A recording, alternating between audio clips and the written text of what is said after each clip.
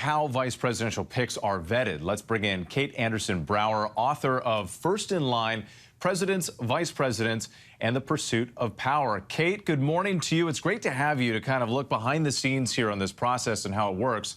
So Vice President Kamala Harris, we know the pick for vice president has been on an unusually accelerated timeline here, just a couple of weeks. Have we ever seen anything like this in recent political history? No, like everything else about this election, it's unprecedented. Usually they have a long time to plan, to vet their running mates, and high-powered lawyers in New York and DC, white-collar lawyers actually kind of become private eyes. That was something that I thought was really interesting about the process. They put together black books on each of the potentials. So they're looking at tax returns, they're looking at social media accounts and talking to, in some cases, their elementary school teachers. I mean, this goes way back. And so she doesn't have time to do that. She just has time to meet with them to see how they click. And then I think most importantly, whether they can help or get elected.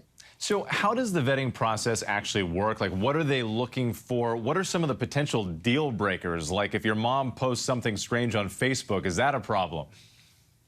It is a problem. I mean, they want to make sure, is there anything you don't want to see on the front of the Washington Post, the front page? You know, it's they understand that vice presidents cannot help tremendously, but they can hurt. And if you look back at history in 1972 when Senator Eagleton was picked, that was a big problem because he had gone through a major depression and electroshock therapy, and he immediately had to get out.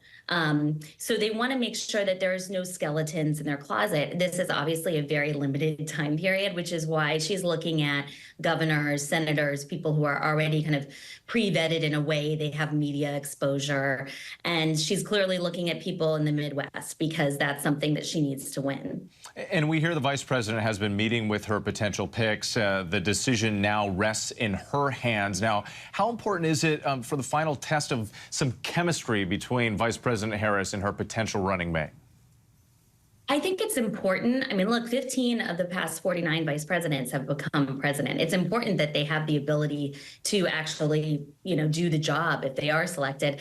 But I think given how close this race is, something that trumps all else is going to be whether or not this person can help her win the election.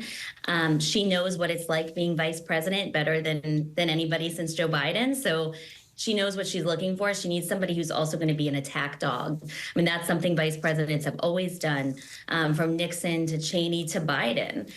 They go out on the stump and they can criticize the opponent in a very harsh way.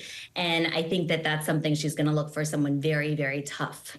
So I know the research is still a hit or miss on this part, but how can a VP pick help or hurt a ticket?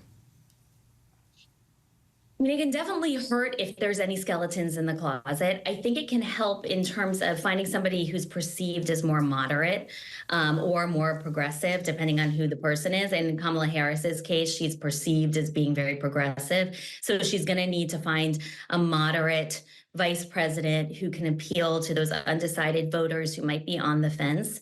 So she's really looking for somebody who can balance the ticket in that way. But it's such a crucial role. And I think in recent years, we've seen how vice presidents are becoming real presidential partners. I mean, Joe Biden was the last person in the room during conversations with Barack Obama. And so she's probably looking for somebody who can be a very strong leader and somebody who can give her advice, because obviously it's the hardest job in the world. All right, we'll be watching a critical week ahead. Kate Andersen Brower, thank you so much.